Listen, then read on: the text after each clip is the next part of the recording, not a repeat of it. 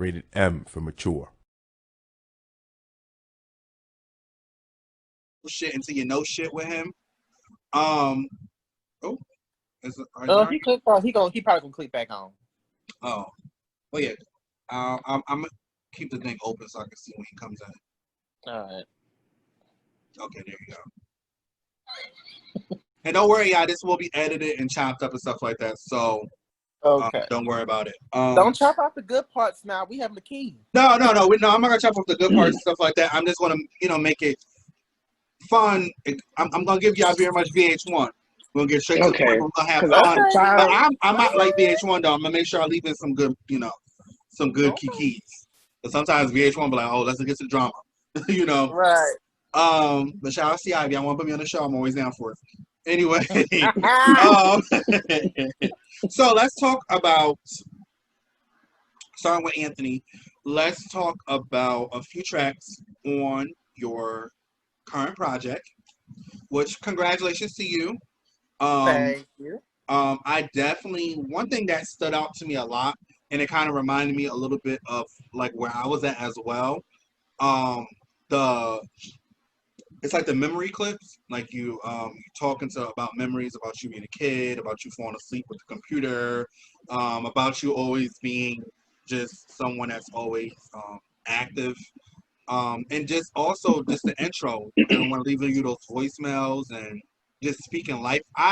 I'm a big person in speaking life into people. I feel like that's a beautiful thing, and a lot of people have the privilege to do it, but they don't do it for their own selfish reasons. But I feel like when you got the opportunity and chance to speak life into someone, do it, because you don't know how it's going to change or impact their life, So, as far as for you, so like, what was your thought process with including that? Like, did you want to, what was like the focal point of including all those voice notes and, things that people thought about you in your art? Okay, so let me go ahead and admit this. Okay. That intro was actually the outro for my very first album back in 2011. Okay, we like a continuation. Come on now. I was in junior high when I made that project, and I felt like I revisited this year like, okay, damn, it's coming up close to it. I'm, what's this about? And I'm glad I done moved on from a lot of the shit that I talked about or screamed about. But I knew that somewhere down the line I was going to use that outro, and that and I'm so glad you don't. If you heard the mixtape back in the day, it was to a Drake beat. So I'm glad I still had the stems and whatnot, and I took that off and I produced the intro. Come on now, producer. So, right. I'm glad I could say that.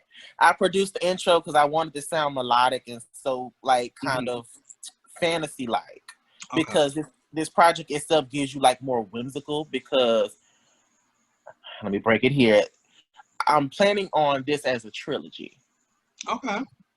So this is like the first piece of the puzzle that y'all will get. Again, mirroring Dawn Richard, because she gave me a whole idea and I started going with it because she laid the groundwork. I'm just following on with her. Like, that's what that's about. And I'm here for that. The intro, I still appreciate all those people to this day. The first person that's actually on the intro was the guy that actually helped me pass my end of the year math test. Aww. So I appreciate it, because math was some bullshit to me, and I kept him in there because right. I kept him in there because I wanted him to know I still appreciate what you've done for me, and all those people that followed behind him, like my close friends and people that really I admired and truly trusted. They still see me in a light that I'm pretty sure at one point I didn't see in myself. So it was more like a thank you to them, like, hey, I still have this. I still appreciate y'all, and get people can now hear y'all on my debut now, instead of just a mixtape where it don't even get little to no love, Right. Not to say all mixtapes do that, but I know mine did. It was very giving you very local. It was giving you very listen, local. we living for the authenticness of the situation, but but we also are here for the growth as well. And I could definitely tell with this project, it was tons of growth with just your creative direction, just your rap schemes and stuff like that. I was like, okay, come on now. The flows. Like I said, what I liked a lot about it, because like I said, I wrote my notes. I love the memory clips. I love hearing others' perspective on you as a person, an artist, etc. I know it was someone that was like really preaching, and I felt that. I was okay. Come on, sis. What on what? I think it was the track? I think it was the intro. I think it was the intro. And she was talking about like God and like this purpose and I don't know word from word, but I know she was preaching, and I stopped a little bit and I had to agree with my good sis, Tracks I do like because you definitely have a whole body of work for me to get like fully into, but I would just like letting it play. I'm a push play type of person, like let that shit play. Right. Obviously I like the intro.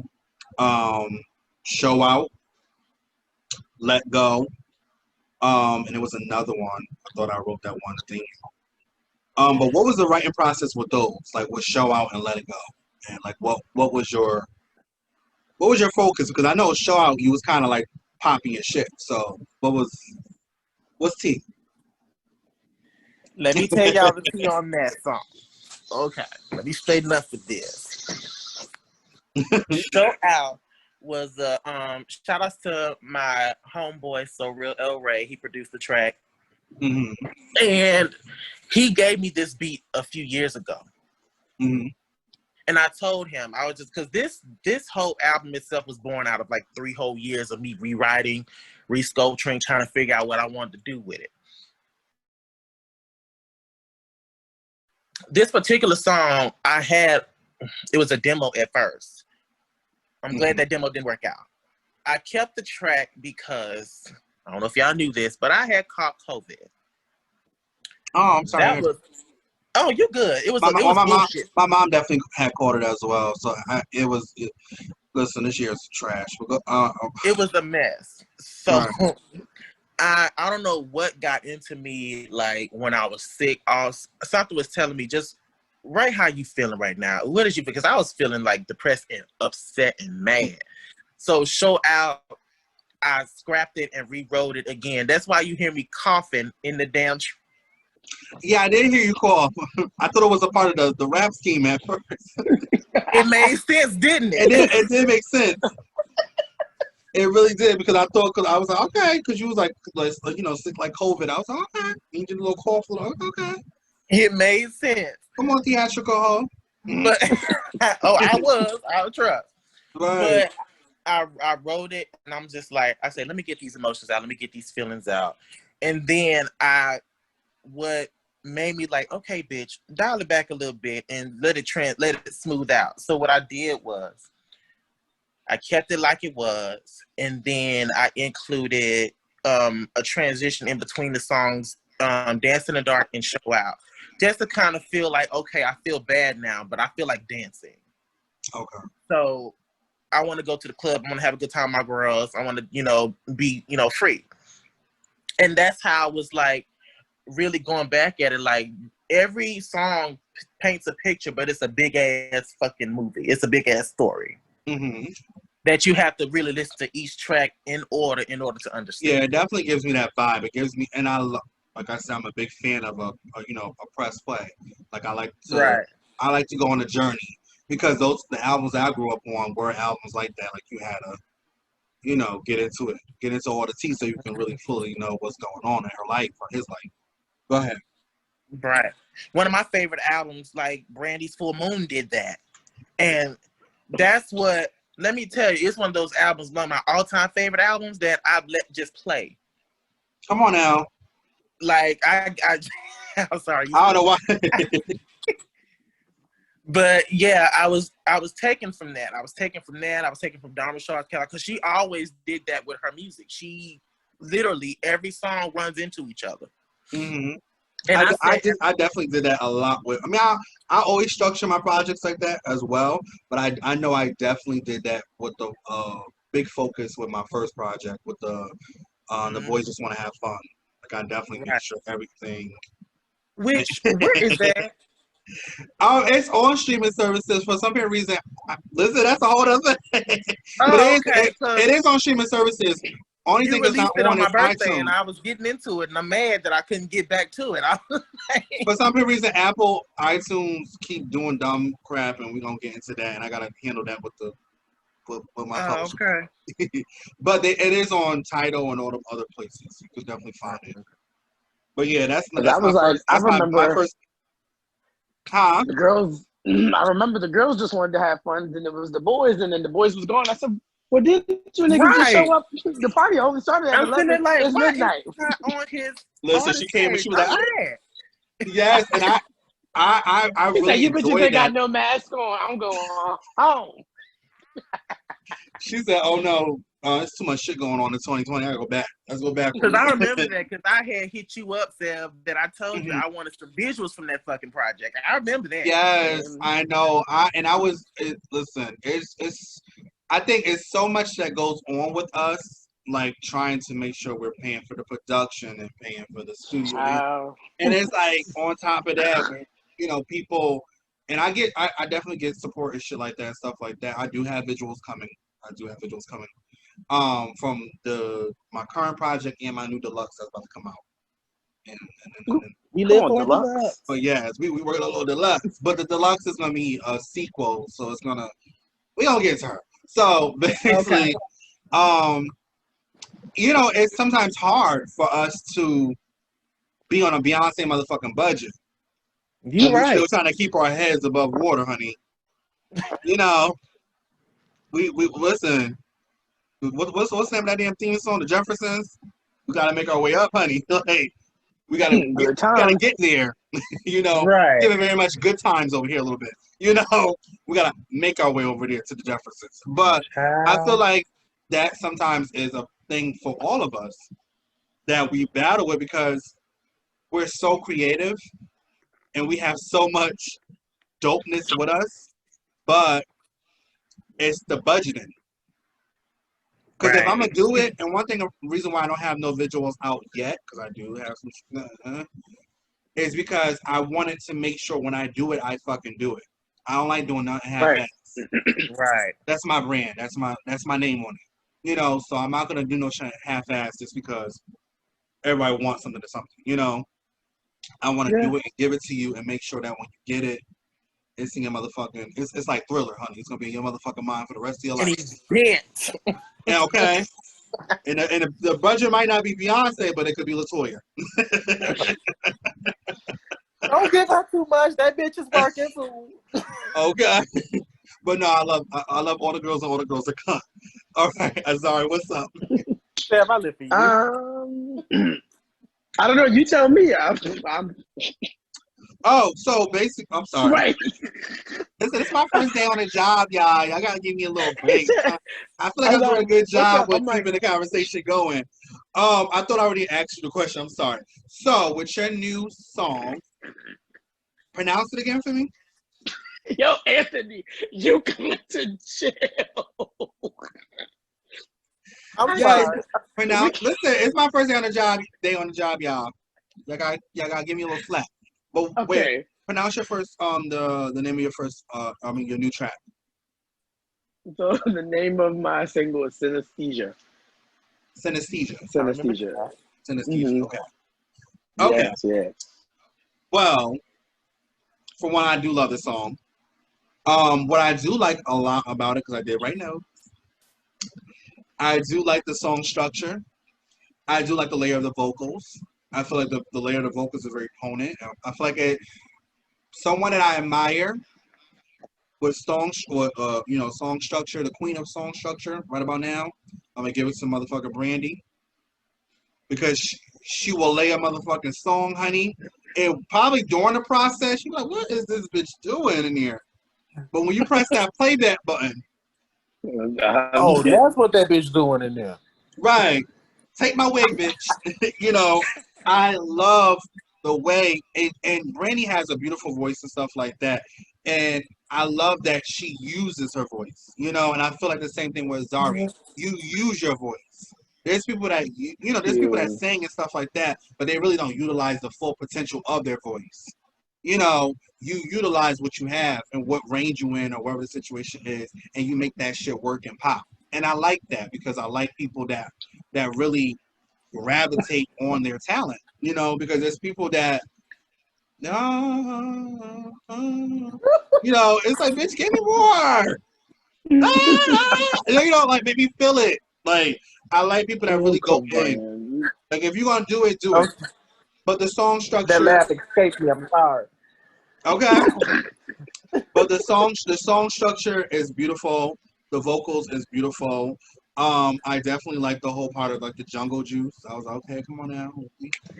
Yeah, listen. We're gonna we can dive into. Yeah. So, what was the songwriting process with this? And is this a personal record? Like, what are we giving? Okay, so at the time, I wrote Sad Boys, and I was still being managed by DJ Sweat. He's a New York homegrown DJ.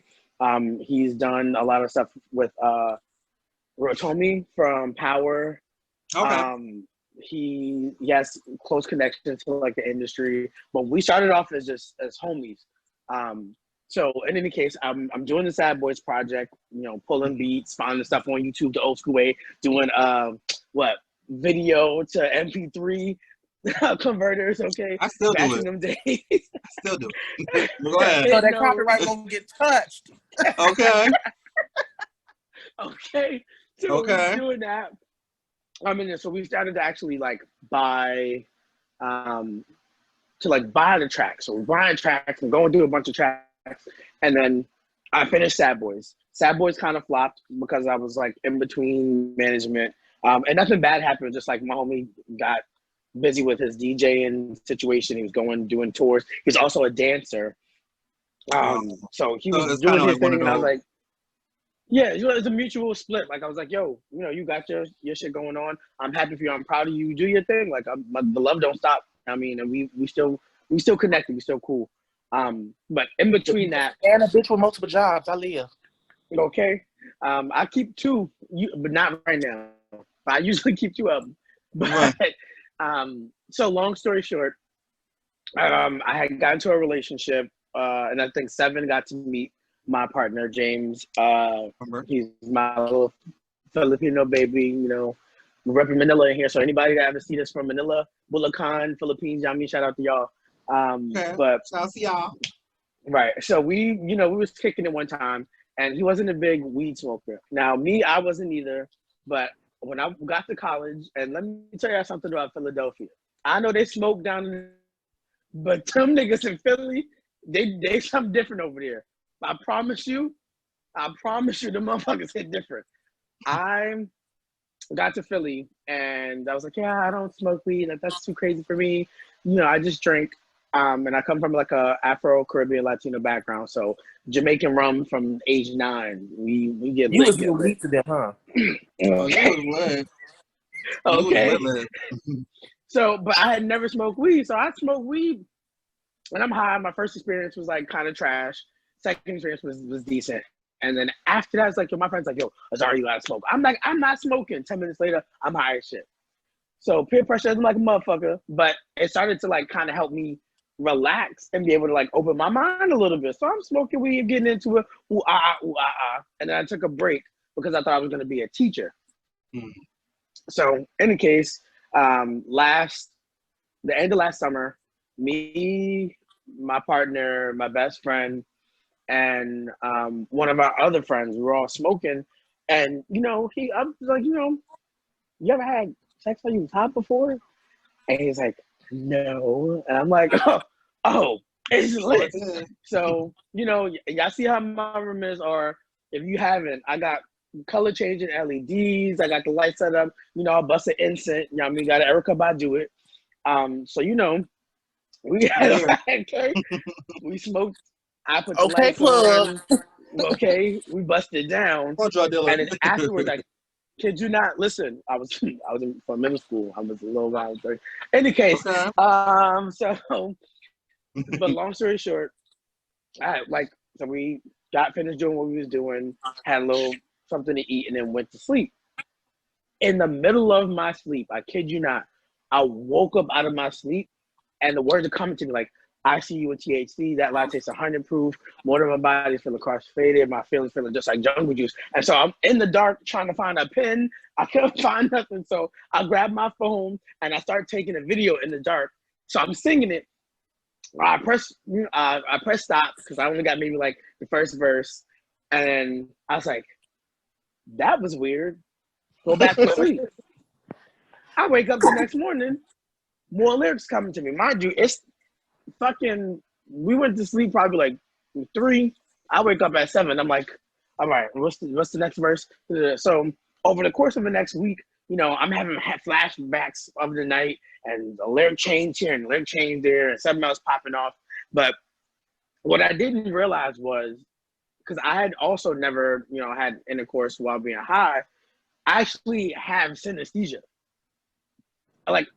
Because I had kind of trained myself to not really pay attention to it. That night, that bitch came full force back, like, hey girl, I moved out for a little while, but I'm back, hey. So over the next week, I'm trying to, make tangible something that's hard to explain. Like, how do you explain to someone that, like, when I drink a certain flavored juice, I hear a certain sound and I sense a certain kind of touch? Like, people are like, you sure that's not fucking, a little... I think it goes with, because I'm very spiritual. I think that goes along with spirituality as well. Yeah. Just being connected with yourself. Connectedness, right. Exactly. Mm-hmm. So that's amazing though. After the first week, the song was done. And I cut a demo. If you guys don't know who Darcy Dundada is, my fellow Torian, Taurus gang. So me and Darce had started to chat or whatever. And he had asked me to do a couple features. So we're talking, and I went to the studio that he recorded. So I went and I cut the first version of Synesthesia and I put it out. And I specifically remember, I don't know if Seven remembers this, but I put out this cut of Synesthesia, and Seven had hit me up. And this is, I think, right around the time of the birthday dinner that we had went to, Sev. Okay. For Daniel. Yes, Daniel. Yeah. So in any case, I put the first cut out. This bitch Seven gonna come to me and say, I know you're nasty. You know what? Never mind. I'm gonna see you after dinner. But didn't say nothing after dinner. A couple weeks later, I get a text message, and the girl's telling me about everything she got going on. She was like, I really like that cut. When you putting the song out? And this was back in 2019, 2000, maybe 18 even, as far back as 18. 19 for sure. 18, 19, yeah. I'm like, I'm putting it out, putting it out. Girl ain't never put the song out. It's 20, motherfucker, 20. Okay. So but I think that's what happens a lot, though. Yeah, I got new management, and there's like, put her to the front, please. Well, because you asked me about the writing process, and essentially, I had to. It's a dope experience that you had. I like that. Right, but I had to scrap it and redo it because the producer that sold me the beat sold it to someone else, and they put their song out first. So I had to get a beat made completely from scratch. Exactly, I had to get a beat. These producers is messy. From scratch. We know this though. Re-record the song. That's gonna tell y'all too after this. And then put it out.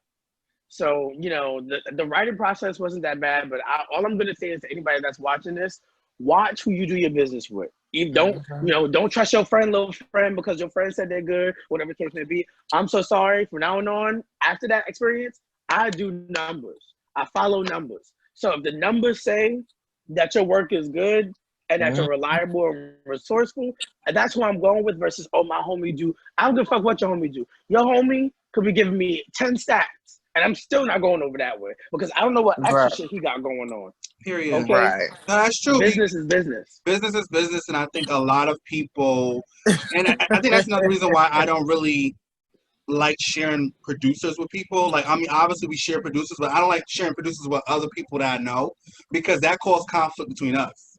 Because one day we could be listening to the same damn beat, and I'm like, bitch, and she's like, and I'm like, bitch, because no, that shit back to me, because I already done wrote my motherfucking 30 bars for it, you know. But so it's like at the end of the day, I definitely feel you, and what I do connect with a lot with you is when I was working on Confessions of a Legendary Stunt Queen, one of my mixtapes. That dropped last year. I was asleep and I woke up and the name came to me. Like, it was like 3:00 in the morning and it said Confessions of a Legendary Stunt Queen. I said, oh, bitch, that's the name right there. Let me write it down. Because I didn't know sometimes my names for projects come fast. That's the witching hour, just so y'all know. It is. That's the witching hour. Okay. Listen. I live. I'm enjoying this. Listen, and that's how it be sometimes. Like, it really, like, a lot of things that I've done, I've always felt like something was whispering for me to do it. I know, bitch, you should really do that. I think you should do this. And I think you should change your voice on that. And then when I hear it, I'm like, bitch, yes. Because I was about to do it the other way, but it sounds way better, you know? So I feel like we always got that intuition, that energy that's telling you, no, go over here. But sometimes we don't listen to it. And then we go through some... Mine's ignorant, though. We go through some conflict there. And then come back here. But go ahead. What was your experience?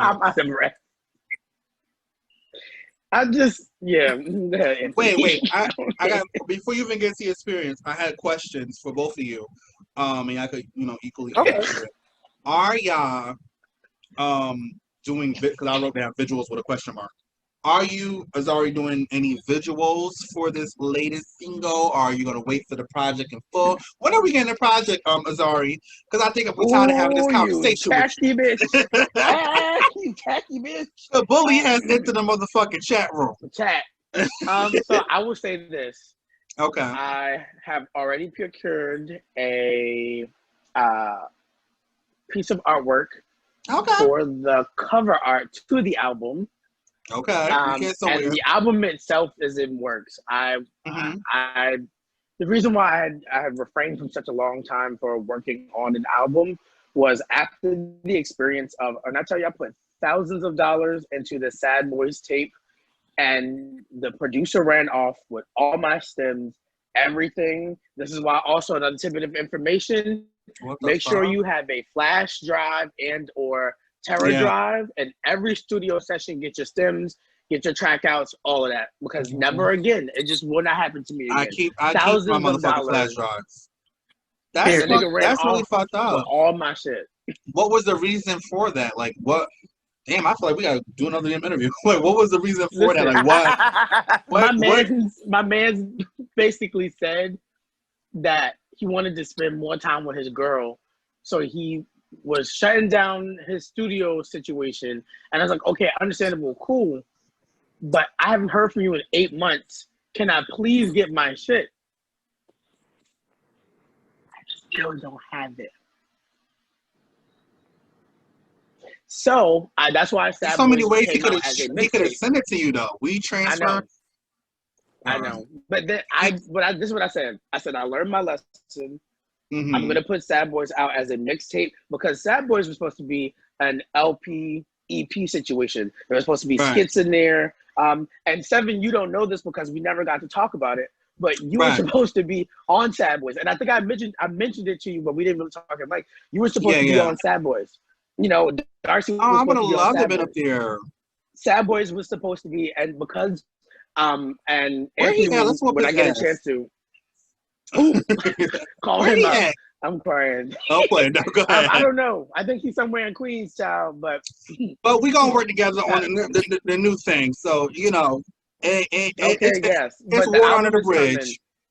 Right. The album's definitely coming. The album is going to be, and to give reference to what you were talking about earlier, the layering in synesthesia is 100% an homage and a direct correlation to Brandy. Brandy for me, I listened to other singers, loved them, but there's something about the whispery raspiness of her voice, heaviness of her voice, the jazziness, the soulful gospelness of her voice that when layered is unmatched. And very seldom do you have any of the girls, as much as we love them, layering the way Brandy does. And I'm talking about you have vocalists whose layers sound immaculate.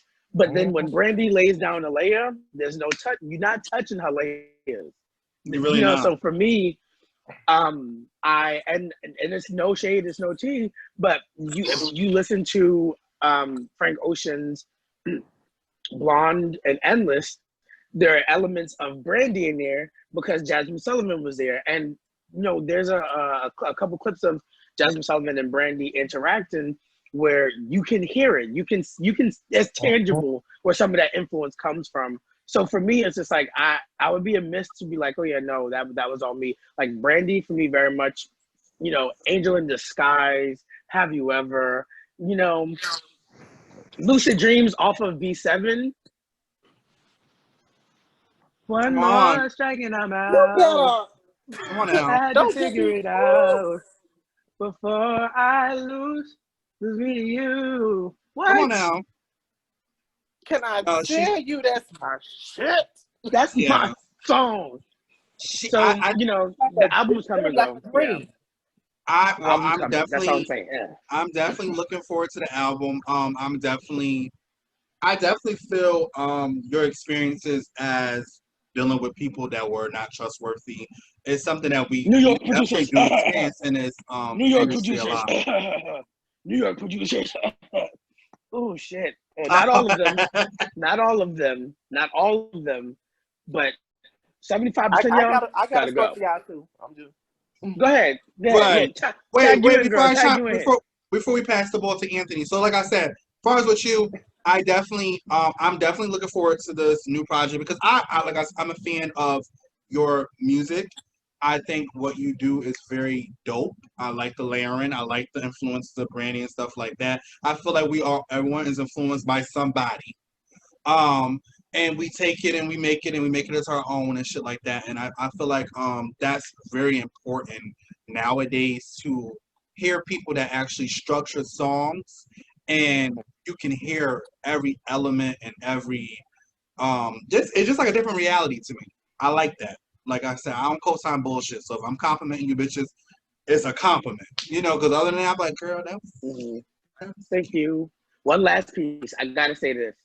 Shout out to shout out to Freddie Foulé and Live Out Our Dreams, Philadelphia-based musician, rapper Freddie Foulé, also label head for Live Out Our Dreams. I've known Freddie since 2015, and I was with another music group in Philly, but he saw the growth in me, he saw the progress, and he was like, bro, I'm signing you on, but not just putting me on a regular shit. I'm the first artist to get signed to the independent record label. The first. Yes. You know what I mean? So the belief system is so strong. Thank you. But it's like, and also like I'm openly bisexual, dude. Not a problem. He don't care. Like the music is what was important. And I think, when we have more heterosexual males that are able to put queer and, LGBTQ plus artists in the forefront of the music game and industry, like some of us already are, but it helps and it opens doors. You know what I mean? Right. So shout out to him. Also, shout out to Josh. Josh Hill, he produced the track, the beat for Synesthesia. That man plays multiple instruments. When I tell you that the beat, how long y'all think it took him to make that beat? You want us to guess? Yes. A few days. 30 minutes. That man listened to the original cut, remade it, and put a spin and twist on it, so it was an original. And 5 motherfucking minutes, I sat and watched him on the keys. Come on now. Lay the chords down on a computer. Mind you, he plays actual keys, guitar, all that on a MacBook. He sat down, connected to the monitors, locked down the chords, went back, played guitar on the fucking on the laptop. The bass, everything, sent everything 5 minutes. When I tell you, I was sitting there like, listen, he must have a person because I like people that move fast like that. I like right. That. I like okay. that. Shout out to them. I definitely, I'm definitely big shout outs to them. I'm so happy that you're with new management and that they actually get you and they're actually behind you 100%. And I think what's important, what you said in your dialogue, was putting us in the forefront because we are artists at the end of the day as well. No matter what we do in our bedrooms and alleyways and back of the cars and stuff like that, we still produce. We still produce bodies of work, bitch. Okay? And they love us. But I'm so happy for you. I feel like that I'm very proud of you. I'm very happy for you. Thank you. Your journey has definitely been a very interesting journey to watch, and I'm just happy that you are now getting to the place where you're reaping your fruits. You know, Listen, getting exactly. Now I'm gonna need y'all to pick my motherfucking fruit out. Okay. What Nicki Minaj said. Okay. Pick my motherfucking fruit out. You know, I want that lizard shit. I want that leopard skin shit. Yes. You know, you could be my personal shopper. Oh my God. Onika motherfucking Barrage. Okay. But Queen. Okay, very much. Barbara 2000 out on his album. Okay. I had to throw that in there. Okay, very much. She's a pop honey. Shouts my people. So with Anthony, you said you had a similar experience with being done by the people that you thought you could trust and run with, and now they done took your shit and ran and did it with somebody else. Now you gotta whoop their ass and go ahead. No. Not like that, but it's something similar. I'm not gonna throw him out on that. Just yet. I mentioned the song. I mentioned the song in here before, but I'm not gonna. Y'all find it out for yourself. Okay. But that song, this producer, he's overseas, loved his work, appreciated and all that, and he, was loyal. But he let me have the beat, did what I wanted to do to it, and I was the one that put it out first. Mm-hmm. An artist in Philly. It had to be in Philly because she sounded like she's from Philly. Shout outs to her because she's everything and I live for her. It actually turned me into a fan of hers. More connection. She had the same beat, and the reason I knew was because she had messaged me on Instagram that it notified that when I put the song out, copyright hit her up and be like, this belongs to him. So I was just like, ooh, shit. Because I was like, look, this producer went by this name at this time that he told me to. He told me to credit him as this. In the album, I put the same song from the EP on the album because I wanted it made sense. Mm-hmm. I corrected the producer on here, and I made sure, look, this is still mine, but she still got it on her project, and I'm not bent over about it. I was just like, look, I like your shit too. So I mean, hell, it is what it is. It's on your project, it's on mine. We can eat from the same shit. But I bet you that taught me a lesson. Get exclusive rights off everything. Yep. That is true. It's exclusive. No, I agree, and I'm happy. I'm happy that you turned that negative, that what could have been a negative moment into a positive moment. You like, bitch, you can eat too. I'm gonna eat too. Right. Get your strip. And she was dope. Okay. That's the thing about it. She was dope, so I couldn't really be like, okay, I don't care, girl. And I think that's a blessing too, because when people do, because sometimes.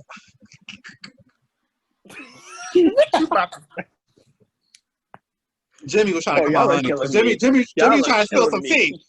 But sometimes when people remix things or they put their own twists on it, I'm old school with my shit.